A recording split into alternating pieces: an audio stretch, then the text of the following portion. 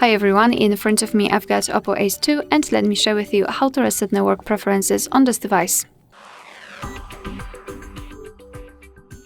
So let's start with opening the settings, and here we have to scroll down to the very bottom to find system settings. Now let's scroll down to the very bottom again and find backup and reset, and tap on reset phone.